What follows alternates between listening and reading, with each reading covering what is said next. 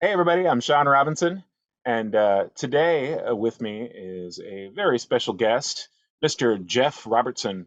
And Jeff, you and I have known each other for a long, long time, right?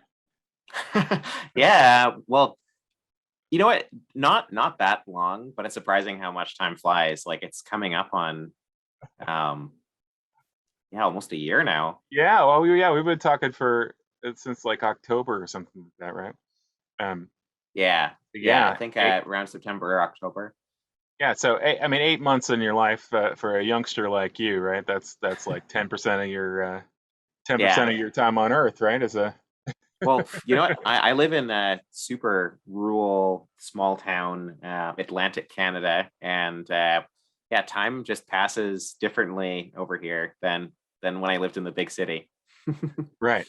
And Jeff, when we first talked, one of the things that we were sort of talking about it was your restoration work, Mhm. an interest that we share with each other. And will you tell me what that particular project that you're working on at the time? Just give me a little overview of what that was. Oh yeah. So when we were first talking with each other, I was overseeing all of the restoration on. There was a Daredevil story, not Marvel's Daredevil, but Charles Bureau's Daredevil The real from, Daredevil. yeah, the real Daredevil, the Canadian Daredevil from the 40s.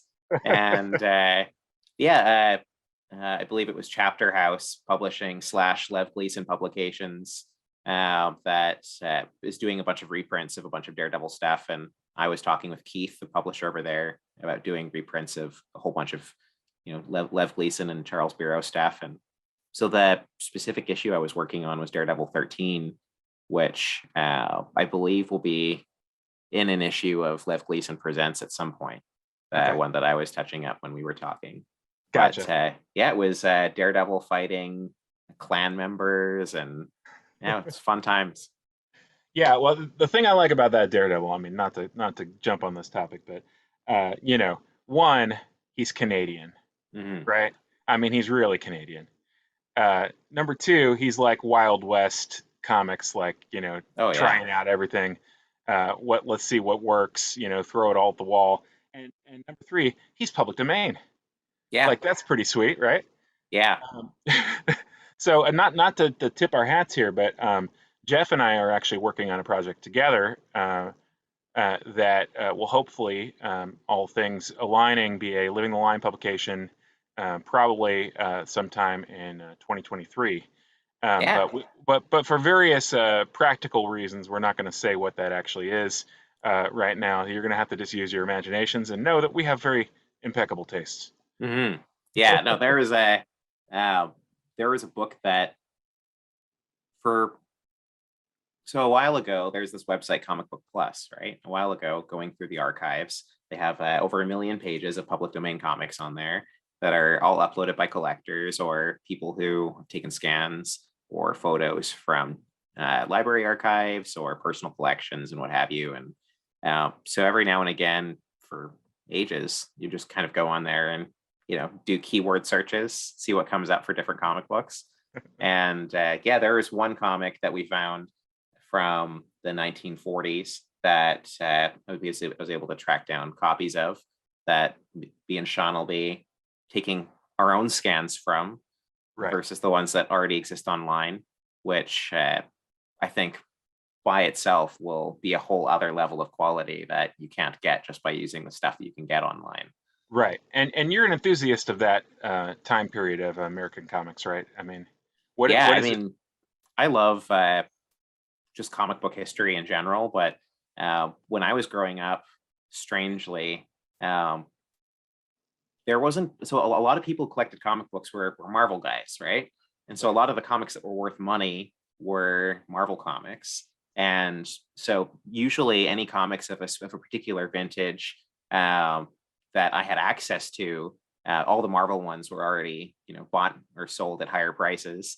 And all the DC ones are all of the obscure publishers from the same time period I could get for 25 cents. So when I was growing up, I bought all sorts of comics from the 50s and 60s and 70s, just at 25 cents a pop, but almost none of it was Marvel. So that's primarily why I'm a DC person, is because that's what I could afford when I was a child. Yeah, that was a good time to be on the lookout for bargain hunters and stuff. I remember finding my dad's stack of DC comics that he had bought in the early 60s, and just seeing like Flash fighting a gorilla, and you know that right next to like a collection of like Hank Ketchum, Dennis the Menace, or something like that. There's even when you get into the 60s, there's still this kind of like wildness to it where people just sort of Yeah. sprayed out material, uh, you know, and there's like a Well, level of craftsmanship is completely different. Like, not oh, to say absolutely. better necessarily, but just like the drawing chops and everything like that is leagues. It's a Yeah. different kind of thing. Like, I would say that technically we probably have better artists now than ever from a pure technical craft perspective, just because of the variety of tools that we can dive into if we want from an early age. But Right. that said, there's so much that's lost with modern artists not being brought up within a studio system, Right. where like it kind of sucks because a lot of those old studios were basically sweatshops. But at the same time, you learn a lot when you're crammed in a room with 14 other cartoonists who you're working, 12 hours a day plus sometimes with. Like there's a reason why a lot of great cartoonists came out of Eisner Studios, or Right. any of those old studios from back in the day. Yeah, we talked to Ken Matroni recently. It was an artist. He's a layout artist and a storyboardist, and he was one of the formative artists on the Teenage Mutant Ninja Turtle Adventures, the Archie published book. And he talked about meeting Eisner and working with Eisner briefly, and just basically like, dude holding a brush in front of you, making lines, who has spent thousands of hours with this brush. You are going to learn something just being in his presence. Yeah. When you see somebody hold a brush.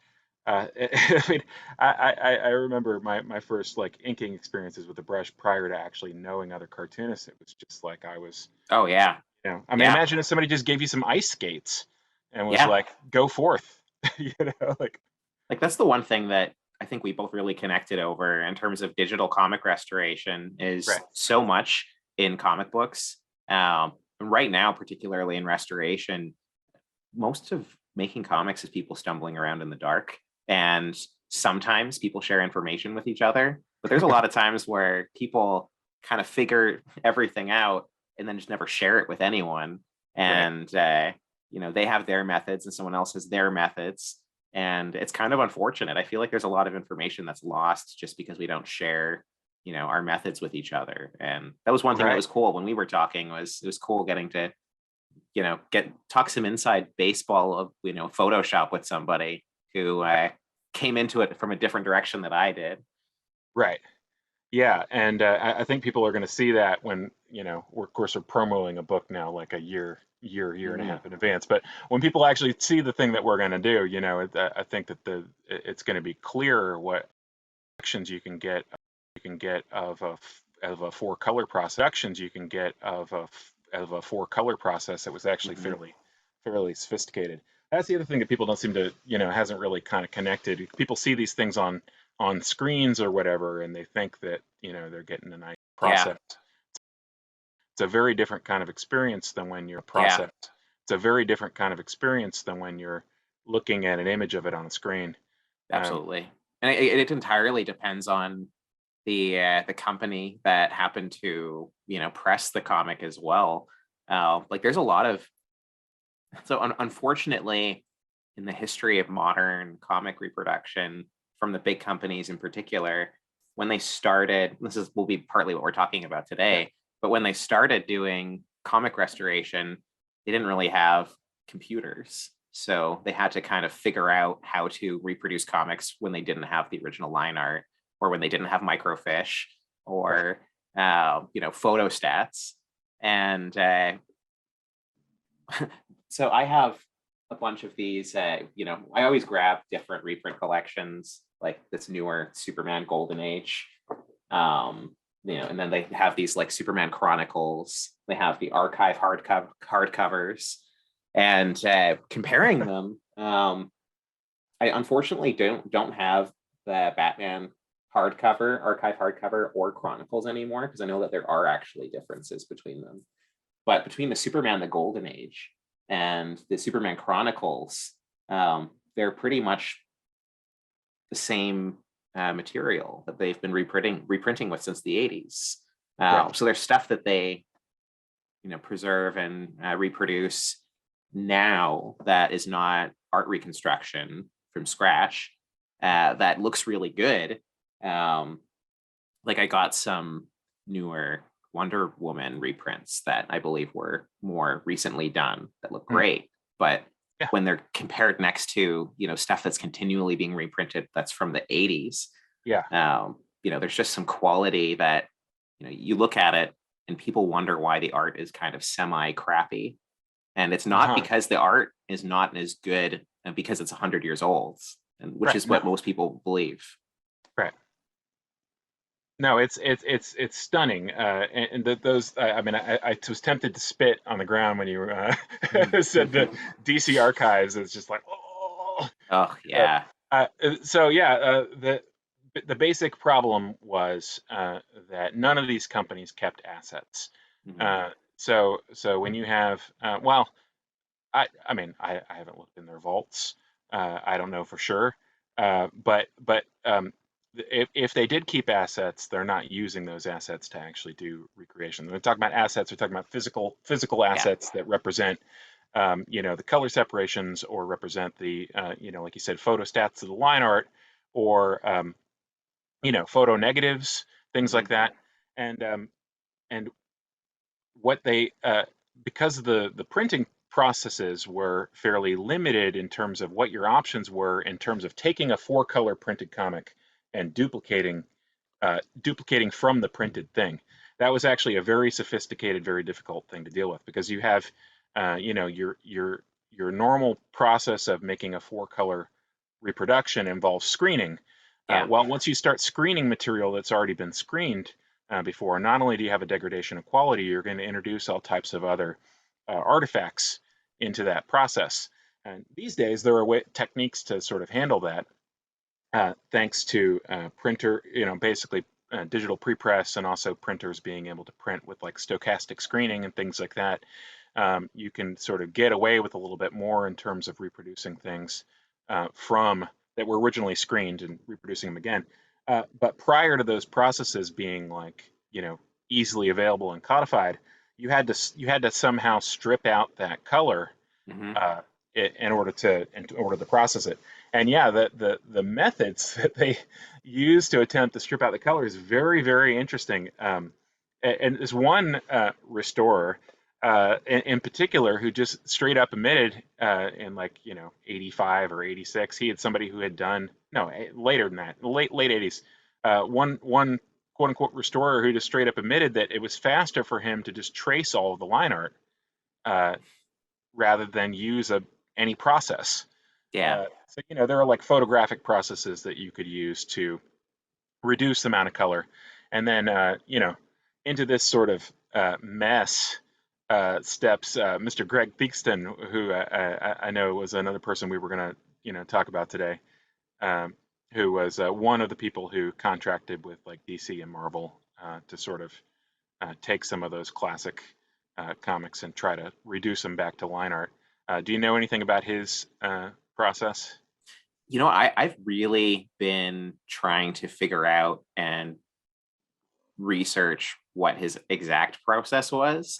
And I feel, unfortunately, that it might have died with him. He died in 2019, actually, on the 22nd of April. So from recording this, almost 3 years exactly after he died.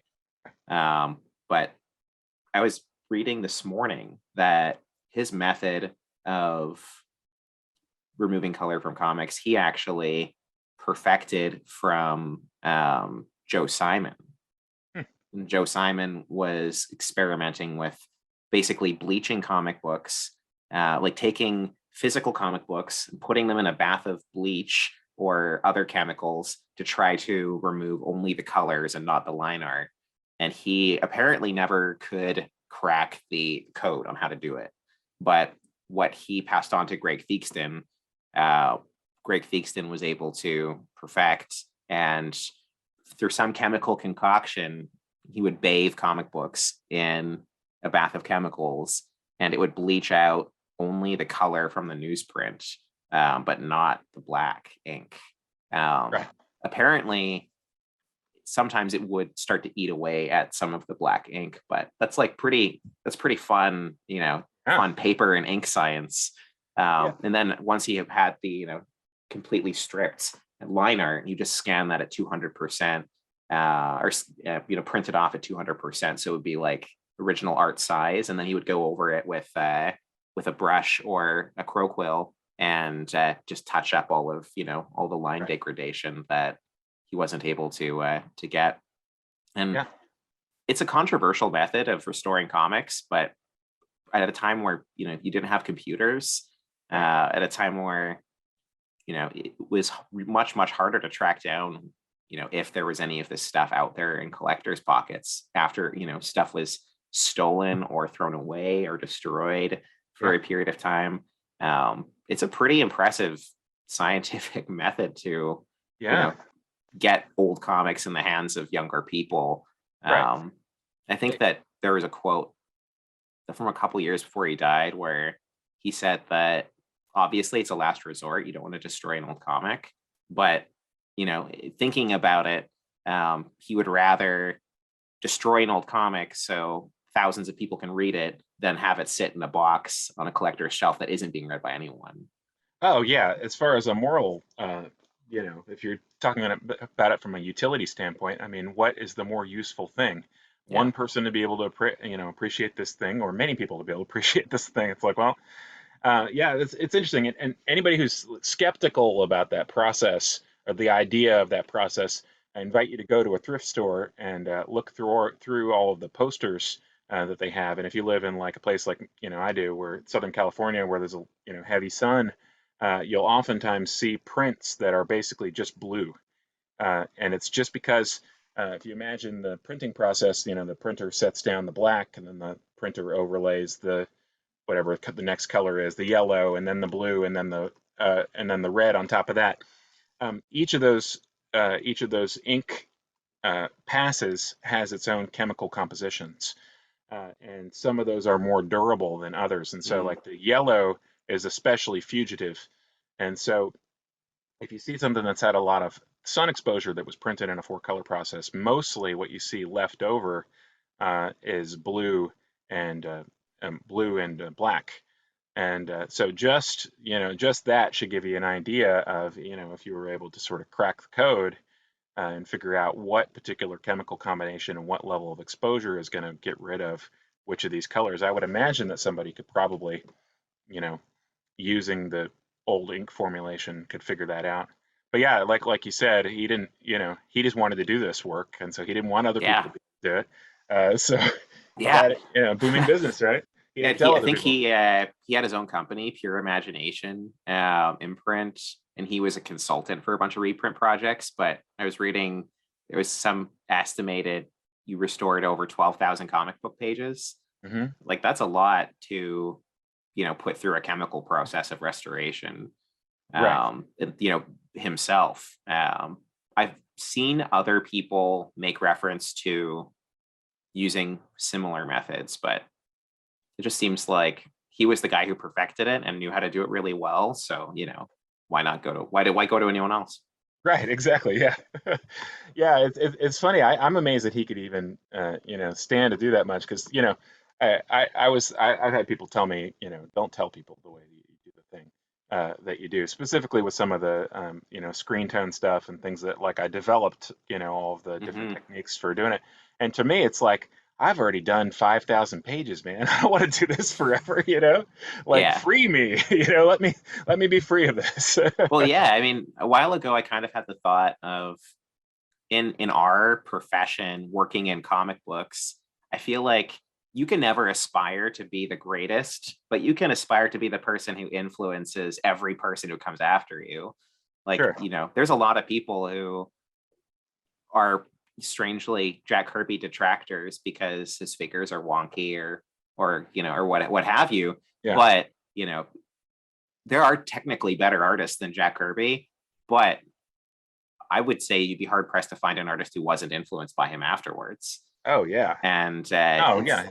much better. And to like, he was always every story, like reading Jack Kirby Collector for a while, you'll just see that there's so many stories of people just showing up at his house, and he just lets them hang out and watch him draw and gives them pointers on drawing. And that's just that's just who he was. He's the greatest, but he also was pretty open with all of his techniques with everyone who wanted to know. Right. And as a consequence, I mean, he disseminated, tremendous amounts of information. Yeah, it's a very interesting thing. And somebody who kind of holds it close to the vest, I don't really know exactly what it is that you think is gonna, somebody wants you, they want you, right? Hmm. If you help raise the overall level, I'm not really sure whether there's a lot of downside to it. But yeah, as far as being the best in a comic scene, yeah, it's how do you best Winsor McCay, right? Yeah. Yeah, I mean nobody's gonna draw like Winsor McCay again because Winsor McCay had a lifetime of development, was perfectly selected to be Oh there at yeah. the right time, and had a financial incentives because the market was big enough to push them into it. Yeah, yeah, I mean it's It's hard like to a imagine. commercial illustration and Frank Frazetta. It's Right, like there are some people who it's just a perfect storm of a life. right. They So had the latent talent and the drive and the circumstances and the right. money. Right. So the rest of us should probably just relax a little bit and make comics that we want to see, and work on projects that we want to work on, and not worry about Yeah. being at the top, right? Yeah. I mean, one thing that helped me out for years as an artist, as a person who is interested in making comics, is this idea that you make comics and it has to be something that's even good. Mm, you know, uh, some people say you have to get out 1,000 bad pages before you can make good comics. yeah. And yeah, I mean, how can you make 1,000 bad pages without making them? Right. So Exactly. Yeah. No. There's no option. Right. There's only out, and it's up there. So got to go yeah, through. Right. yeah, If you're going through hell, you got to go through. yeah. And I mean, with even it's the same with Photoshop and doing comic restoration and stuff. I mean, it's just all trial and error until you figure it out. Right. So you have some things to some goodies to show us today. Oh well, yeah. We were talking a little bit before about Greg Theakston, Yeah. and just I thought it would be fun to take some really high res scans of some pages from various different periods of publication Yeah. that were all presented with those methods, and Okay. just see how they look. Is it a viable way to reprint old art we don't have access to? That said, these are good examples, and yeah, that's the other thing about Theakstonization, as it was coined by Dick Giordano. Um, you can put this comic in a chemical bath, you can scan it, blow it up, but there's still that final stage of making sure that it's all touched up in the way that's faithful, and that's Mhm. going to completely depend on the artist who's doing the touch up. Right. And with current Marvel, I mean, this isn't current, but with Marvel's Essentials or any of Marvel's stuff, they have a higher percentage of comics that are redrawn from scratch than DC, and it's not the majority, but there's still a lot of pages that are that haven't been touched by Steve Ditko or Gene Yeah. Colan. And It's just it nutty. I depends mean, on the person who did it. Like, there can be a person who does a recreation page who's awesome and rocks it, and there can be someone who does it who sucks. yeah. It And depends entirely on the artist. and it's crazy. Even the stuff that they have or had physical assets for, I mean, they've been digitized in such a poor way. I had one of those X-Men. I'm sorry. That same type of collection that you're talking about there. Mhm. It was an X-Men one, and I could count the pixels. You know, Yeah, yeah. like a 400 pixels per inch. 1-bit image, and it was brutal. Yeah, like that's why anytime I can pick any of these reprints up for cheap, even the ones that people say the reproduction sucks, like I look at them and I try to figure out, what could be better.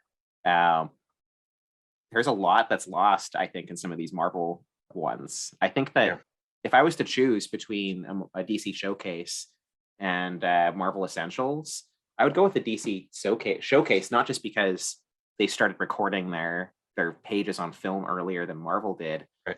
but I think that the Theakstonizing does look better than redrawing it. Yeah. Well, let's take a look. Yeah. This is a Theakstonized page. Yeah, this is a Theakstonized page, and I can actually, I didn't make note, but I can tell you what issues that these are all from.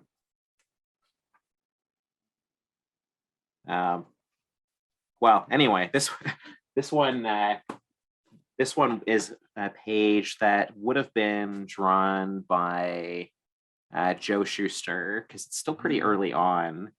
Yeah, you can see that characteristic Schuster squint on Mr. Superman there.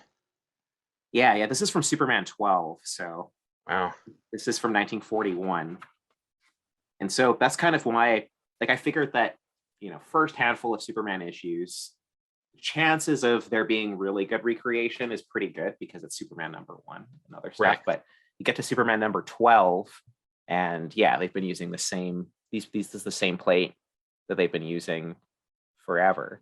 But and you could tell the origins of the multiple transfer, multiple printing and everything like that, because even on this logo, right?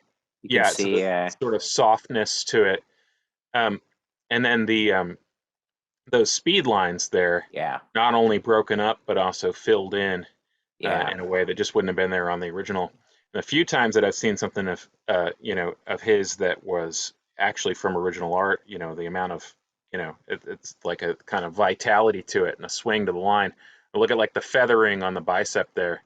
The underside of the bicep, you can see that there was some feathering at some point, and possibly even like crossing over an actual area of open hatching that's completely filled in.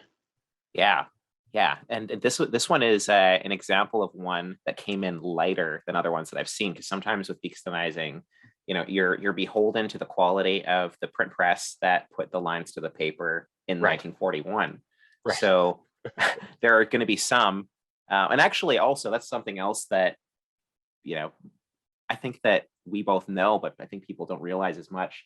Comic books from the 30s and 40s are generally better quality than ones from the 50s. Right. Like this comic probably still looks pretty good today. Mm-hmm. Yeah, and if you were to do this same process digitally, and let alone actually being able to reduce the line size, which is something that I've developed techniques for being able to do. Yeah. There are you can get a much higher thing. Now, of course, we're not blaming Greg Theakston for not being able to travel into the future. It's amazing that he was able to do this at all. But yeah, if you were going to strip out, and we'll do an example of this before we end things, we'd be able to do something along these lines these days, just with a scan that would have a lot more faithfulness to the original and also sort of individual line integrity. But I totally interrupted you. What? Sorry. Oh, no, not at all. Yeah. It is. So this is one. This is another one from a different collection. This is not my scan. This is one that is from Simon and Kirby Romance Collection. Backdoor Love. Wow. Yeah. So it's not quite as high res as the other ones, but I thought this one was interesting because of all of the. I don't know if this was in color. I imagine it was in color when it was first printed. I would wager that this background might have been like a purple or dark blue background. Yeah, that's on the interesting. Original one, but I don't know. Simon actually kept a lot of his assets of various types. I know that when he had some publication businesses, because he actually renewed a few of his copyrights and actually fought for a few things, that he had some physical assets that he was able to use for certain projects. So I'd be curious what the process was for this particular image. Well, the person who And I can find the where I got these from, because it's a person who was doing a review of the volume, and it said all of the black and white reconstruction was done by Greg Theakston, Okay. which led me to believe that it was Theakstonized. Sure. But you're Okay. right. Joe Simon did have quite a lot of archives. There was that really excellent The Art of Joe Simon and Jack Kirby book from, I think it was Abrams Press a bunch of years ago. That was like amazing. It was just a bunch of full stories from various artists from the Simon Kirby studio that Joe Simon just had. They just did an artist edition hardcover. That's fantastic. I have to pick that up. Jeez. I actually strangely got it in the bargain section at Indigo Chapters for like $20. So you might be able to find a cheap copy floating around. Okay. Yeah. Okay. Well, I'll check it out. But yeah, so this one, there's quite a lot of. I think it's uncharacteristic for there to be this much black, or like this much broken black. But I also feel like that's something that I don't have the original page to look at to compare it to. Right. And that part of the reason that's uncharacteristic in terms of the time period is just because of how poor the printing sometimes was. Yeah. So they could have used a lot of broken, hatching inside of the black, and then would have filled in. If you can imagine fill in as being black ink expanding outward, well, if you've got a bunch of white surrounded by black on all sides, that's going to fill in proportionally more because that expansion is happening inward in the case of the white detail. So that's a place where you can that's one of the places that you can sort of gauge, if you're working a press and you're adjusting for fill in and things like that. Well, and another thing about Theakstonizing as well, like if you were to really, actually, if we look at the other one. So this one also, I believe, was Theakstonized, but this one is much nicer than the first one we looked at.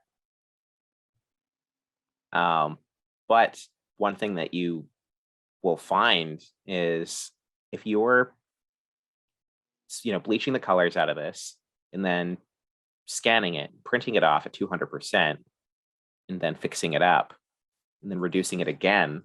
So that's it's art that's been reduced once and then blown up and then reduced again. Right. Like no wonder there is a some sort of quality loss. Sure. Joe Simon was a bit of a chunky artist, but I feel like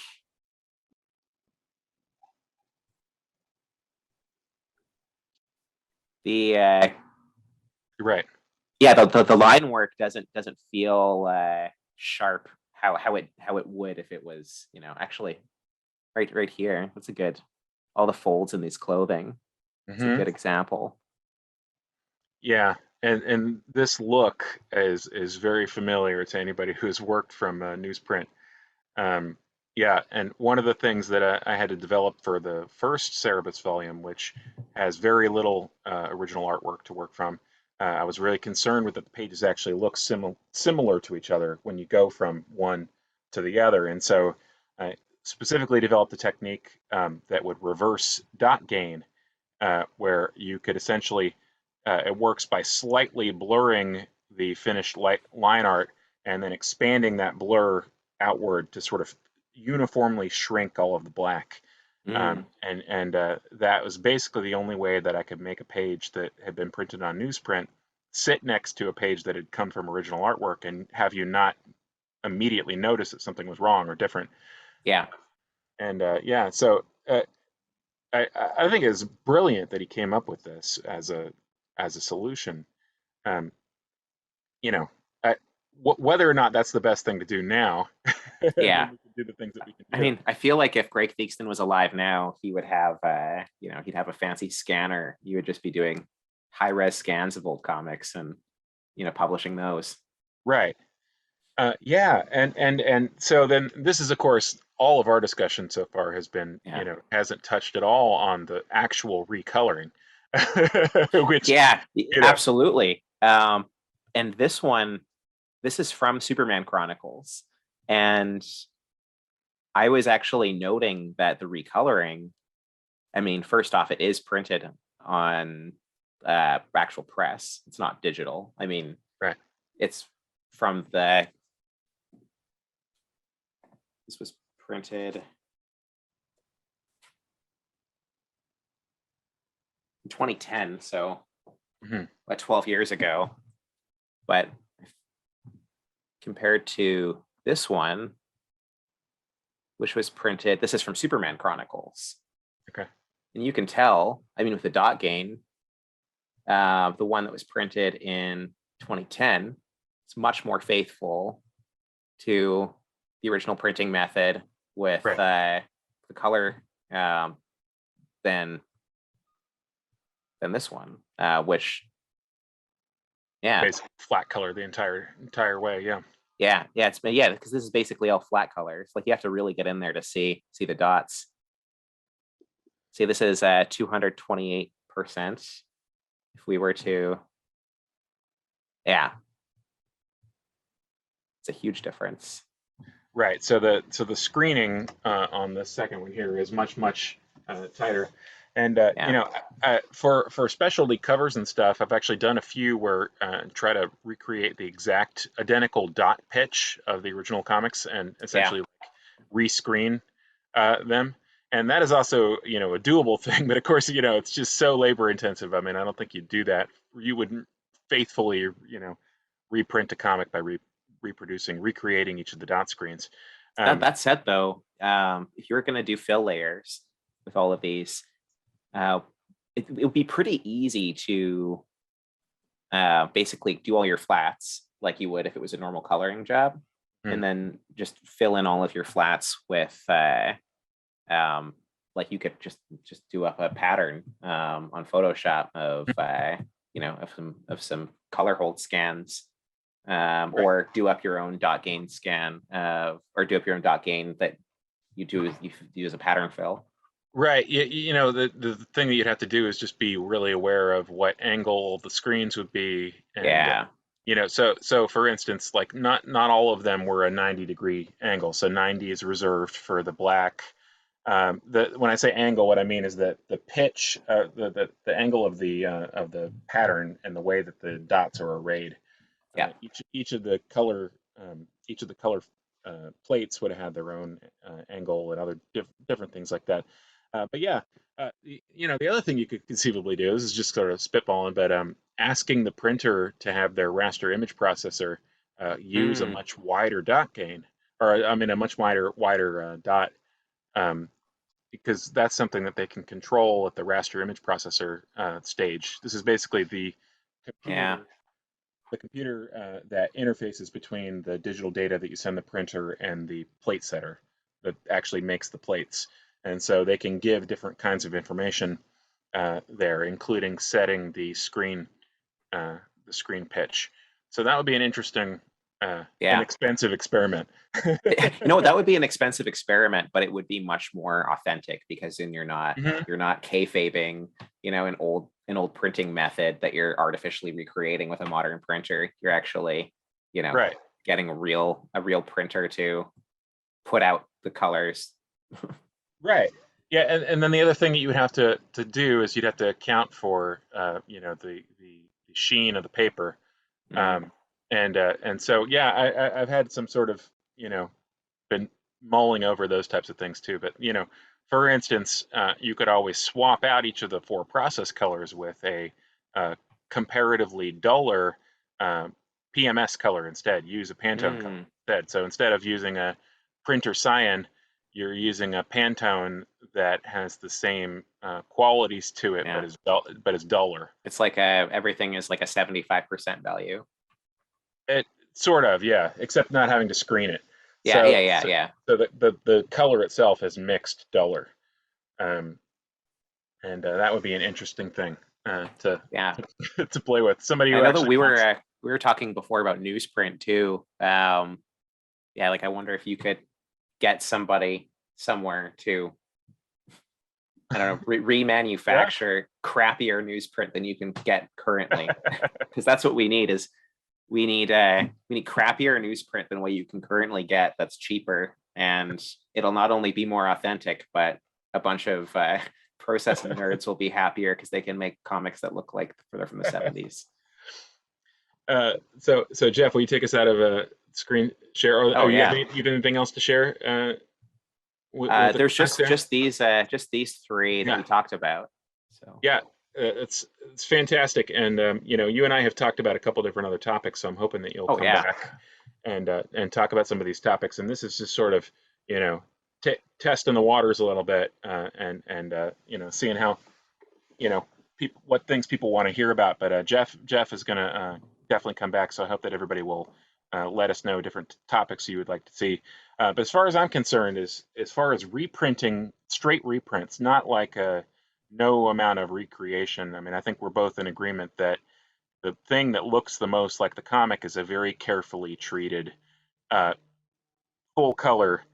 reprinting from the actual scan of the comic, rather than trying to Oh yeah. recolor or anything. Definitely. I mean, one thing that we talked about, and if there's interest from people watching this video, definitely let us know. One thing we talked about that I would still love to do is basically go through, my comic collection or go through any of our comic collections and just pull out, a book or two for every decade and do scans of all of them and just see if we can appreciate the evolution of how they were printed from from the past 100 years. Right. Yeah, and it's amazing how the all these subtle cues that tell you that something belongs to a different time period, right? Yeah. And as you said, the stuff from the 30s, the quality is so much higher. I'm not sure if it was the wartime production. I'm Mhm. also not sure when they switched over to plastic negatives, or sorry, excuse me, Mm, plastic plates instead plates. of metal plates, because that was a huge degradation in quality as well. There was I can't remember the exact date, but there is a really excellent series of articles. I think I sent you before, but I always encourage everyone to read them by oh my goodness. Elliot Brown. No, Right. Elliot Brown was the guy who visited Chemical Color Plate. Oh, Um, well, we I'll find it. yeah, we'll You can link to add it in it the in comments. post. Yeah, we'll do. This guy has this super, super long, just the whole history of like, he set out to do an article on why are Ben-Day dots called Ben-Day dots. And he ended up having this 15-part article on the whole history of comic book print production. But yeah, he does mention when metal plates were switched out for plastic plates in there somewhere. Right. And Um, just a whole other level of degradation to the detail. As you can imagine, these plastic plates, every time they're hitting the blanket, the transfer blanket, you know, you're edging off a little bit of detail that yeah. was already, you know, already magnified by the photography stage. One thing I also wonder about too with color, that you can't find a lot of information about is, early comic book history, notorious for not crediting people. A lot of early color schemes and full color comics were colored entirely by the printer. Like all Right. the color separations and color decisions were made by somebody who worked at the press, not somebody who worked at the company at all. So there's a bunch of classic color schemes for costumes that were decided by like an assembly line worker who didn't work for, Charlton or Atlas or any of these older companies. Right. That's very interesting. Yeah, I can only imagine not even sending a color guide. That just seems like that's just total madness. But Yeah. uh, I, But that's I why you would find examples of like sometimes early Superman, like on Superman on the cover of, I believe, the 1939 World's Fair publication is like wearing only blue. And I like there's an early version of Superman that's promotional where he's blue and has yellow trunks. And that's like, a result of that some printer was like, these are rough. That's roughly what Superman looks like. right. Yeah. Also interesting to sort of compare this to, you know, just compare it to like, you know, the woodblock prints or something like that, where, Hmm. you know, for certain, you know, European publications or certain like Japanese studios still have the original blocks, Yeah. and you can still pull perfect prints from them, or have, you know, electroplated copies of original blocks. And you know, you can take like the John Tenniel Alice in Wonderland electroplate copied blocks. Do you guys know? Do you know about this, Jeff? Oh yeah, yeah. It Yeah, just blows my mind. It's crazy. and they look stunning. And Yeah. you know, you can pull new prints, and they look the same. And And like you know, that's why they're able to license, perfect illustrations of, the like certain old books where you can right, get like a card that's this big of an illustration that looks perfect. That's how. right. And meanwhile, comics, you know, Yeah, it's yeah. just like I I mean, I will tell you, I have a envelope of negatives in my closet right now that has a Marvel address and a Marvel header and various other Marvel stamps all over them. Uh, how did this? Yeah. Oh I'm not going yeah. to tell you, but they're in my closet right now. Like, how did Yeah. that happen? Uh, you know, uh, so when I say they don't have any assets, I mean I don't actually know that. I just mean that like my interactions with that those companies would indicate that Oh if yeah. if they do have something, nobody knows where it is or why they should care. So like with Marvel, I mean, they had some sort of thing where it was supposedly going to a warehouse, but tons and tons of full issues of comics were just blatantly stolen. And the warehouse that they were stolen in was just, they just like threw them in a warehouse and left them there for, 30 years. So I think in the 90s, I believe, they were trying to see what they still had, and they lost a huge section of it to mold because they weren't being taken care of. They're just in cardboard boxes in a warehouse. Um, and so there's this question mark around Marvel original art because we don't know how much was lost to stuff like mold and improper conditions. We don't know how Right. much was stolen. We don't Yeah. know how much the original artists not returning their original art, even though they're supposed to, and then keeping Right. it under wraps. Yeah. Um, And this fairly well documented that there was essentially editorial or ownership party favors that somebody would yeah, just go in and be like, well, we've got somebody visiting from so and so. I'm just going to take a huge stack of stuff. totally. And Whereas with DC Comics, apparently it was more common practice for them where if you were to write in to, get a letter published, sometimes they would send original art back to you. Or if you were just to stop in at DC offices, like in the 60s as a kid, you'd get a tour of the office and they'd give you an original page of art. And, I've read people post online in comment sections about this happening to them when they were kids.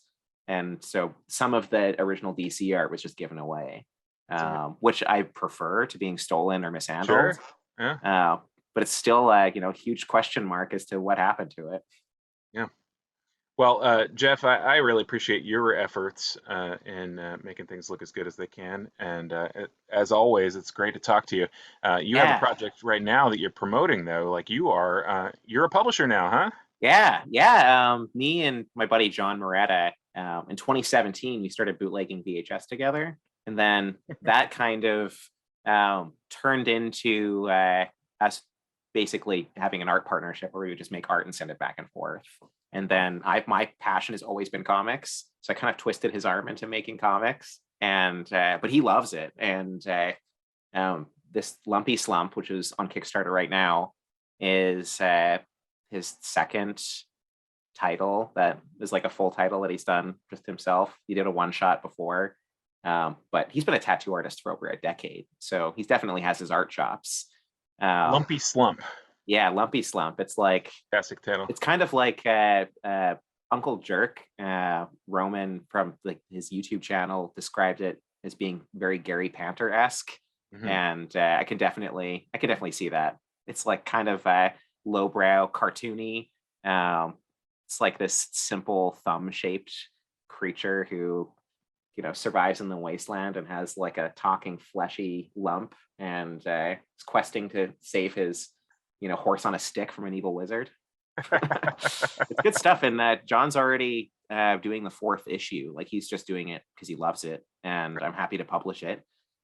First Yeah. issue's already fully funded, but we have lots of cool stuff that we want to do if we get more to print it, because the more money you have to print a comic, the cooler you can make it usually. Right. Yeah. So you guys are gonna to pour all this right back into the soil. Oh yeah. Where At least for this first book, I have a pretty ambitious plan of basically launching a new comic every 2 months for the foreseeable future, and possibly more often than that, depending on, audience growth. But I think that we could sustainably do a Kickstarter project every 2 months without burning people out, and do a pretty wide variety of comics. That's fantastic. I think the next one, I haven't really announced it yet, but the next one after Lumpy Slump will be one that's been on the shelf for a long time, Canadian Crimes, which will be an anthology that's it's all by Canadian creators, and they're all crime stories, but a lot of it has to do with kind of the Canadian side of comic censorship. Okay. And awesome. I'm going to be writing an essay about how basically from the late 40s until 2018, any comic depicting any crime was illegal in Canada. And it was basically every person who bought a comic book that had criminals in it or guns were breaking the law, for 60 years. Wow, that's fantastic. I can't wait to read it. Did Daredevil make the cut? Is he in there? You know what? I never thought about doing Canadian crime reprints in there, but maybe I should. That would be a great idea. Get that Daredevil KKK splash page. In there, And it'll be good. John has a story in there that's kind of like his story is a punker who, has a rumble with a street gang and gets shot robbing a bank. And the comic that I'm doing, part of the Canadian Criminal Code had to do with you can't do a comic that is instructional on how to do a crime. Okay. And so that was one of the caveats.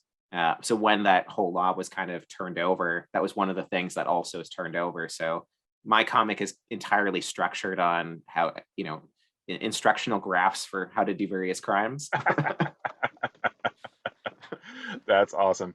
Yeah, Jeff, those of you guys don't know, is a great cartoonist. I really enjoyed your, can I say X-Files? I'm going to say, oh yeah, Files, unlicensed, let's say exciting X-Files fanfic, which I really enjoyed, and so that's awesome. You're gonna be posting your own stuff too, and I'm gonna go pick up a copy of Lumpy Slump right now and get on your mailing list. And while you guys are at it, after you've picked up Lumpy Slump, I hope you will take a look at Strange Death of Alex Raymond too. And, oh yeah. Very good. Like I have it on my shelf, and it's a beautiful book. So well, thanks, man. I appreciate it. And so, what do you say? Would come back sometime soon? Oh, absolutely. Awesome. Well, thanks, Jeff, and thanks for watching, guys. And hit that subscribe button. Okay. Thanks.